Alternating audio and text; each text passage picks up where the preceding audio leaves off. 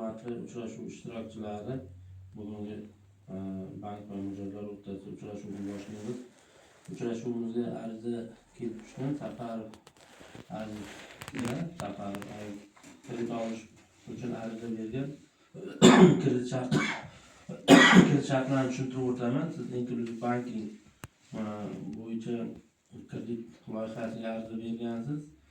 Bu ayollarga 24%, erkaklarga 25%dan 3 yil muddatga 6 oy imtiyozlari bilan 50 million so'mgacha avval olingan oilaviy tadbirkorlik dasturli bosqichni rivojlantirish uchun beriladi.